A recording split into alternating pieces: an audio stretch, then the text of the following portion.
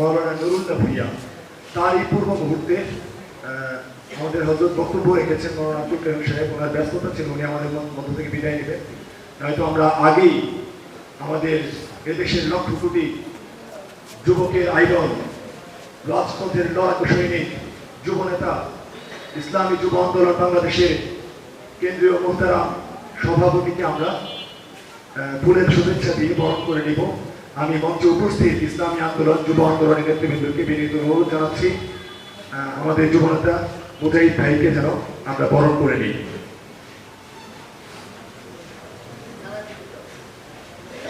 নারে তাকবীর! মুজাহিদ ভাই আগমন নেত্রকোনাবাসীর পক্ষ থেকে।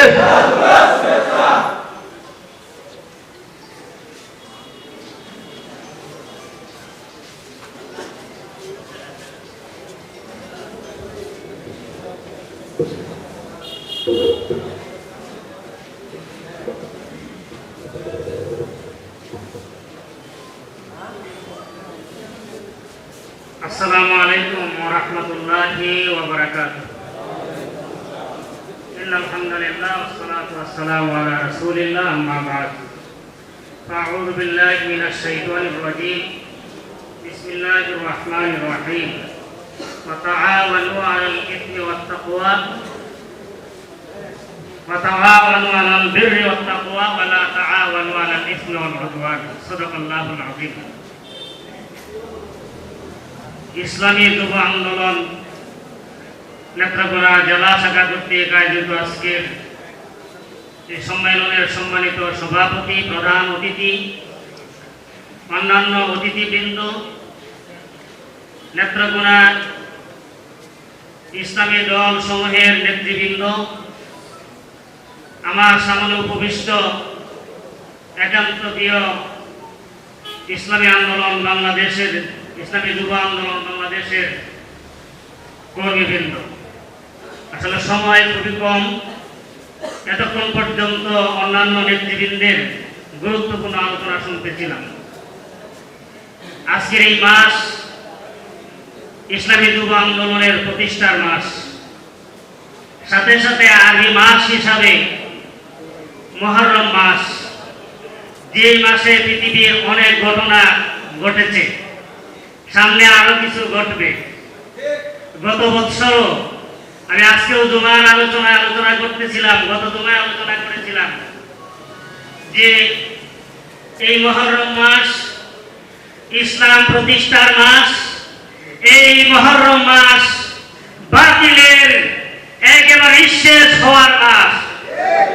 ফিরআউন এই মাসে শেষ হয়েছিল, মুসা আলাইহিস সালাম এবং তার দলবল প্রতিষ্ঠা লাভ করেছিল।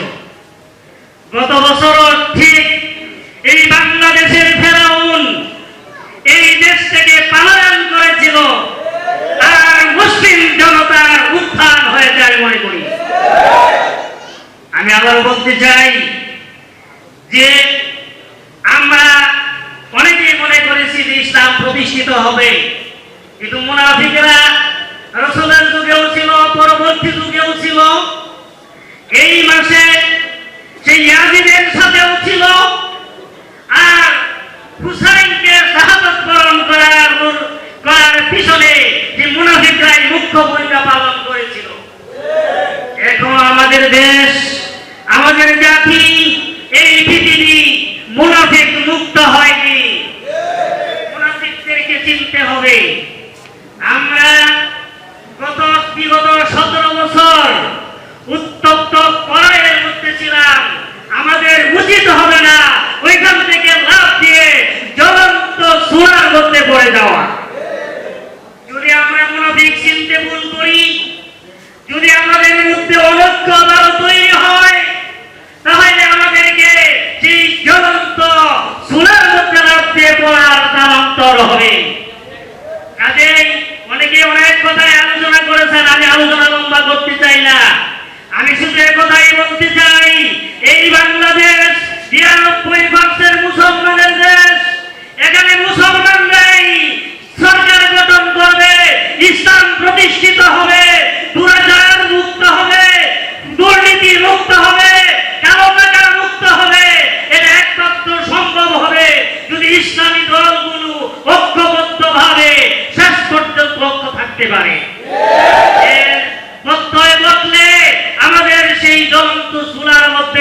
লাফিয়ে পড়তে হবে।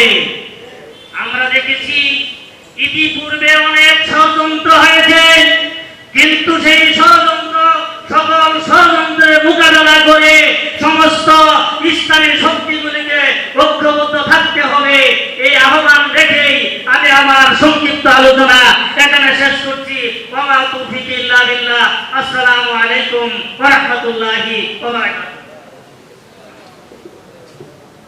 আলহামদুলিল্লাহ, মুহতারাম অতিথি আমাদের সামনে অত্যন্ত গুরুত্বপূর্ণ আলোচনা করেছেন। আমরা যে ঐক্যের বাণী